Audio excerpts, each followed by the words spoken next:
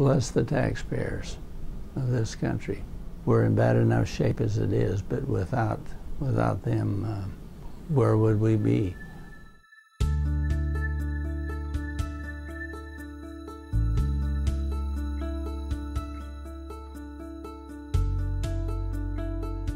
My name is Paul Neum. I'm an associate professor at the University of Washington, and I'm basically a physician and a cancer biologist. We wanted to share some good news with taxpayers that there's some exciting things happening in research in general, and cancer research in particular. We are making progress against a disease where we have been spectators in the past. A lot of good things are happening. And the money that we are spending, I think taxpayers should feel good about because it's yielding significant findings. It happens with passionate researchers who are funded by private donors, by the NIH, by industry, all of which are extremely important. Science has a great opportunity to impact so many lives. It's probably the one area where I can go home at the end of the day, and if we've done something significant, know that that's going to impact a lot of people. American Cancer Society is known for finding and funding young investigators who are starting out in their careers who have ideas that may not be funded elsewhere. That was the first significant grant that we got, or as far as we knew, that was the first grant in the country on this particular rare cancer. I had never heard of Merkel cell before I was diagnosed, didn't know it existed. I think people tend to not think about various scenarios involving cancers or those kinds of things until it hits home. You know, without that kind of funding, my brother certainly could not have gotten this kind of treatment, this kind of really groundbreaking treatment, which so far seems to have the possibility of really a cure.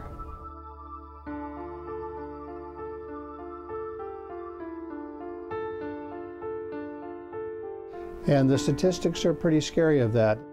In the U.S. today, 1 in 3 women will be diagnosed with cancer, and 1 in 2 men will be diagnosed with cancer in their lifetime.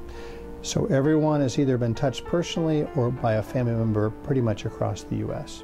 Cancer has taken the lives of some of my closest friends and family and relatives. The survival rates were pretty low, and it was terrifying.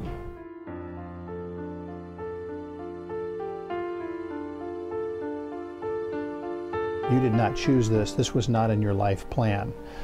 And it's a very scary time with a lot of unknowns. When I was young, you know, we didn't think about what the sun was going to do in the way of cancer. You know, we never even thought of it.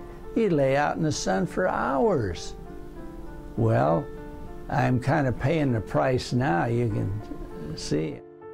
Cancer is a big deal in terms of all research, clearly. There are not enough resources to go around, not enough resources to fund all the grants that deserve funding. I think there are very few people that have studied cancer research who would conclude that research funding is too much. It's clearly a case where if we support it more, the yields will be greater. There are very, very important areas in which that taxpayer money pays off well.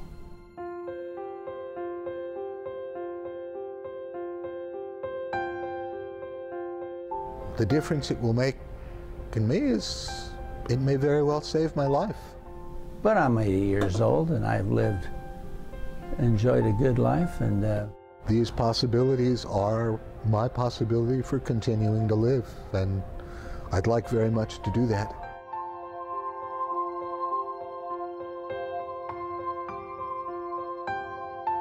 My gratitude is beyond words for the research and to the taxpayers that fund this type of research. I'm thankful. It's saving my father's life and adding quality to his life.